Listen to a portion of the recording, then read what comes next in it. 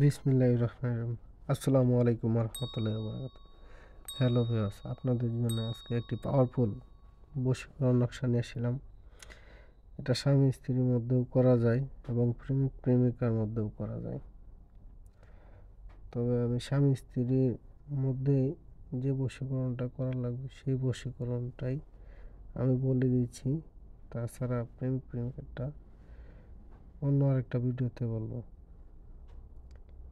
এই বশীকরণ কাজটি হচ্ছে, একটি পুতুল বানাতে হবে। পুতুলটি বানাতে গেলে আগে চিতার মাটি এবং 3 রাস্তার মাটি আর হচ্ছে কবরস্থানের মাটি,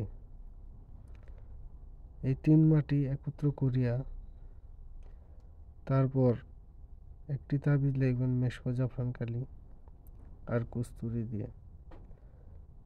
শনি অথবা মঙ্গলবার লিখে যেভাবে আমি আসনটি সাজাইতেছি ঠিক সেভাবে এই কাজটি করবেন।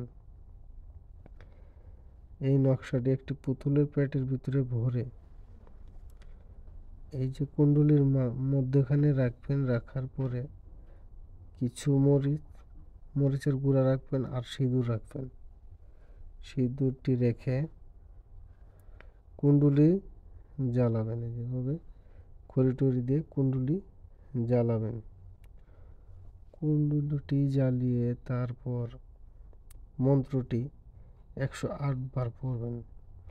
লেখে মন্ত্রটি নকশার উপর ফু দিবেন, নাম টাম লিখে যাকে বাধ্য করবেন তার নাম লিখবেন, তার মার নাম লিখবেন, আর যে করবে তার নাম, তার পিতার নাম লিখে তারপরে এই মন্ত্রটি পড়ে 108 বার ওই নকশাপে ফুঁক দিয়ে তারপরে মন্ত্রটি আরও 108 বার পড়ে তারপর কুণ্ডলিতে ফুঁক দিবেন।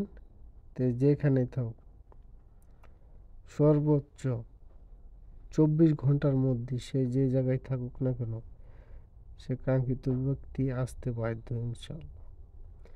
এটা আমার বহু পরীক্ষিত, আমি বহুবার করেছি।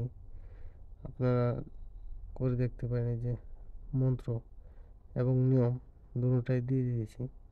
যদি ভিডিওটি ভালো লাগে চ্যানেলটি সাবস্ক্রাইব এবং শেয়ার করে পরবর্তী ভিডিও